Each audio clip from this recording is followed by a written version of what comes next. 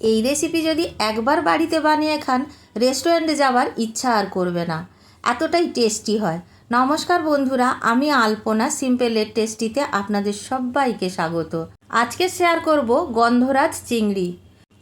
ছোট বড় যে কোনো চিংড়ি নিয়ে কিন্তু এই রেসিপিটা আপনারা বানিয়ে নিতে পারবেন। আমি এখানে ছোট চিংড়ি দিয়ে আজকের গন্ধরাজ চিংড়ি বানাচ্ছি। তো দেখুন বন্ধুরা, এখানে আমি 250 গ্রাম ছোট চিংড়ি মাছ কেটে ধুয়ে পরিষ্কার করে নিয়েছি। পিঠের দিকে যে অংশটা থাকে কালো অংশটা ওটা বের করে দিয়েছি, আর মাথার দিকে যে ময়লাটা থাকে ওইটাও বের করে দিয়েছি। পরিষ্কার করে ধুয়ে নেবার পরে জল ঝরিয়ে নিয়েছি, তারপরে স্বাদ অনুসারে লবণ দিয়ে দিচ্ছি, খুব সামান্য হলুদ গুঁড়ো দেব। এখানে কিন্তু হলুদ গুঁড়ো খুব কম দিতে হবে, তা নইলে বেশি হলুদ হলুদ রং হয়ে যাবে, দেখতে একটু অন্যরকম হয়ে যাবে। তো দেখুন বন্ধুরা, ভালো করে হলুদ লবণ দিয়ে ম্যারিনেট করে নেব। বেশিক্ষণ রাখার দরকার হবে না, অল্প একটু সময় রেখে দেব যতক্ষণে মশলাটা রেডি করব। তার জন্য এখানে মিক্সার জার নিয়ে নিয়েছি। মিক্সার জারের মধ্যে 6-7টা মতো এখানে কাজু বাদাম দিয়ে দেব, চারমগজ দিয়ে দেব 1 টেবিল চামচ মতো, সঙ্গে যোগ করব 4 টেবিল চামচ টক দই। বাড়িতে পাতা টক দই দিয়েছি। টক দইটা দেবার পরে এখন আমরা দিয়ে দেব লেমন জেস্ট। খুব সাবধানে গ্রেটার দিয়ে আলতো হাতে জেস্টগুলো বের করে নিতে হবে। ভিতরের যে সাদা অংশটা থাকে সেই সাদা অংশটা যেন কোনোভাবে না চলে আসে। খুব সাবধানতা অবলম্বন করে এইভাবে গ্রিন পার্টটাকে বের করে নিতে হবে। সাদা অংশটা কিন্তু তেতো হয়, সেজন্য বলছি বন্ধুরা, স্রেফ গ্রিন পার্টটা বের করে নিতে হবে। আমি কিভাবে বের করছি দেখুন, এইভাবে কিন্তু বের করে নিতে হবে। গ্রিন পার্টটা দিলে অসম্ভব সুস্বাদু হবে এই রান্নাটা। তো দেখুন, এইভাবে আমি অল্প করে গ্রিন পার্টটা বের করে নিয়েছি। এখন ব্লেন্ড করে নেব। আর ব্লেন্ড করার পরে আপনাদের দেখাচ্ছি এরকম দেখতে হবে। আর আমি কাঁচা লঙ্কা দিতে ভুলে গিয়েছিলাম, এখানে কিন্তু একসঙ্গে কাঁচা লঙ্কাটাও বেটে নিতে হবে। তো কাঁচা লঙ্কাটা দিয়ে আরও একবার ব্লেন্ড করে নিয়েছি। তো দেখুন, এখন ব্লেন্ড করে নেওয়ার পরে এরকম দেখতে হয়েছে, সাইডে রেখে দেব। মূল রান্নাতে চলে যাব। রান্নাটা খুব তাড়াতাড়ি হয়ে যায়, 5-7 মিনিটের মধ্যে কিন্তু রান্নাটা হয়ে যাবে। তো সেজন্য এই রান্নাটা যে কোনো সময় আপনারা বানিয়ে নিতে পারবেন। গ্যাস জ্বালিয়ে কড়াই বসিয়ে দিয়েছি, 2 টেবিল চামচ রিফাইন্ড তেল দিয়েছি। এই রান্নাটা রিফাইন্ড তেল দিয়ে বেশি সুস্বাদু হয়। তো দেখুন, এখন তেলটা ভালো করে গরম করে নিয়েছি। কড়ার গায়ে খুব ভালো করে স্প্রেড করে দেব। চিংড়ি মাছগুলো ভেজে নিতে হবে, তবে খুব বেশি কড়া করে ভাজবো না। তেলটা খুব ভালো করে গরম করে নেবার পরে চিংড়ি মাছগুলো ভাজার জন্য দিয়ে দেব। বন্ধুরা, আজকের ভিডিও যদি একটুও ভালো লাগে একটা লাইক করে দেবেন। আমার চ্যানেলে নতুন বন্ধু হলে প্লিজ একটা সাবস্ক্রাইব করে দেবেন।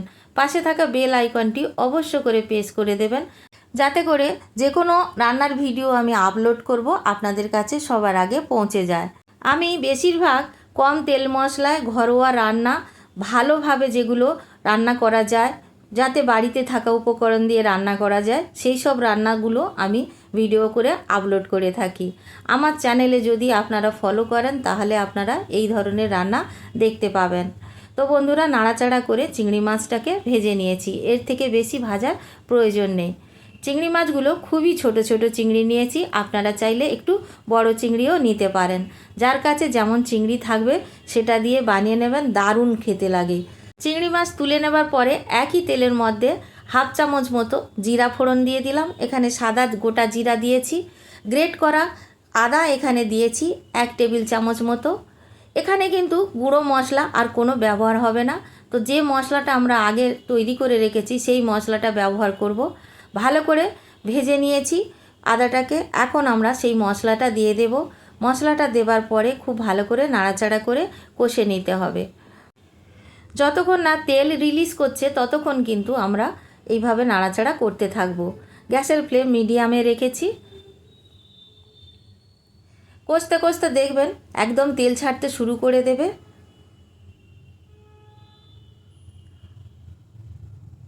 দেখে নিশ্চয়ই বুঝতে পারছেন এখনই কিন্তু তেল ছাড়তে শুরু করে দিয়েছে। আরও একটুক্ষণ কষে নেব।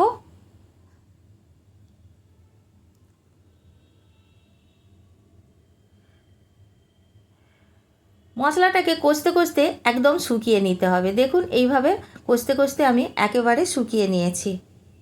এইরকমই যখন দেখতে হবে তখন আমাদের দিয়ে দিতে হবে জল। মিক্সার জারের মধ্যে জল দিয়ে যেটুকু মশলা লেগে আছে ধুয়ে নিতে হবে। তো আমি এখানে হাফ কাপ মতো জল দিয়ে ধুয়ে নিয়েছি, নিয়ে ভালো করে মশলার সাথে জলটা দিয়ে মিশিয়ে নেব। আরও হাফ কাপ জল লাগবে, এখানে টোটাল 1 কাপ জল লাগবে। তো দেখুন বন্ধুরা, আমি আরও হাফ কাপ জল মিক্সার জারে দিয়ে নিয়ে নিলাম। তাতে করে কি হলো, মশলাটা একটুও নষ্ট হলো না। গরমের সময় এমনিতেই আমাদের এখানে খুবই লেবু খাওয়ার প্রয়োজন হয়, আর গন্ধরাজ লেবু হলে তো কোনো কথাই নেই। আমরা বাঙালিরা সবসময় গন্ধরাজ লেবু খুব পছন্দ করি, আর এখন গন্ধরাজ লেবুও খুব বেশি পাওয়া যায়। তো দেখুন বন্ধুরা, ঝোলটাকে আমি খুব ভালো করে ফুটিয়ে নেব। সাইডে যে মশলাগুলো ছিল একদম সুন্দরভাবে আমি কাঁচিয়ে নিয়েছি, আর ঝোলটা আমাদের ফুট ধরতে শুরু করে দিয়েছে। এখন ভালো করে নাড়াচাড়া করে আপনাদের দেখিয়ে দেব ঝোলটা কতটা ঘন হয়েছে। ঝোলটা কিন্তু খুব সুন্দরভাবে ঘন হয়ে যাবে। দেখুন, এরকম যখন দেখতে হবে ভেজে রাখা চিংড়িগুলো দিয়ে দেব। বন্ধুরা, আমার চ্যানেলে গন্ধরাজ পটলের রেসিপি রিসেন্টলি আমি আপলোড করেছি, আপনারা চাইলে দেখে নিতে পারেন, দুর্দান্ত টেস্ট হয়। চিংড়ি মাছটা দেওয়ার পরে ভালো করে ফুটিয়ে নেব। একটু ভালো করে নাড়াচাড়া করে দিতে হবে। তো আমি নাড়াচাড়া করে দিয়ে ফুটিয়ে নিয়েছি। 2 মিনিট মতো এইভাবে খুব ভালো করে ফুটিয়ে নিতে হবে। তারপরে আমরা বাকি উপকরণগুলো দিয়ে দেব। একবার একটু ভালো করে নাড়াচাড়া করে দেব। এই রান্নাটি আপনারা 5 থেকে 7 মিনিটে রেডি করে ফেলতে পারবেন। আর এই রান্নাটি এতটা টেস্টি হয় কি বলবো বন্ধুরা, একদম রেস্টুরেন্টের মতো টেস্ট লাগে। আপনারা হয়তো ভাবছেন ছোট ছোট চিংড়ি আর রেস্টুরেন্টের কথা বলছি, বন্ধুরা আপনারা একবার বানিয়ে দেখবেন। স্বাদ অনুসারে লবণ দিয়েছি, দিয়ে দেব চিনি, 1/4 চামচ চিনি দিয়েছি। আপনারা না চাইলে চিনি নাও দিতে পারেন। আর স্বাদটা ব্যালেন্স করার জন্য আমি খুব সামান্য চিনি দিয়েছি, এর থেকে বেশি চিনি দেওয়ার প্রয়োজন নেই। ভালো করে নাড়াচাড়া করে ফুটিয়ে নেব। আরও 1 মিনিট মতো আমি ফুটিয়ে নিয়েছি। গ্যাসের ফ্লেম অফ করে দিয়েছি। কিছুটা লেমন জেস্ট আবারও দিয়ে দেব। লেমন জেস্ট এই সময় গ্যাসের ফ্লেম অফ করে তারপরে দিতে হবে। লেমন জেস্টটা আমি কতটা দিচ্ছি আপনারা আন্দাজ করতে পারছেন। একটা লেবুর থেকে অল্প অল্প করে দিচ্ছি। সব মিলিয়ে 1/4 চামচের থেকেও কিন্তু কম হবে দুবারে যা আমি লেমন জেস্ট দিয়েছি। দিয়ে দেব এখানে লেমন জুস। এখানে আমি লেবুর রস দিয়ে দেব 1 টেবিল চামচ মতো। এখানে গন্ধরাজ লেবু ব্যবহার করছি, আপনারা নিশ্চয়ই জানেন গন্ধরাজ চিংড়ি যেখানে হচ্ছে, গন্ধরাজ লেবু তো অবশ্য লাগবে। গ্যাসের ফ্লেম অফ করে তারপরে লেমন জুসটা দিতে হবে। তো দেখুন বন্ধুরা, এখন সব কিছু দেওয়ার পরে নাড়াচাড়া করে পরিবেশনের জন্য নামিয়ে নেব। বাড়িতে বানাবেন, কেমন লাগলো কমেন্ট করে জানাবেন। রেসিপি যদি ভালো লাগে একটা লাইক করে দেবেন।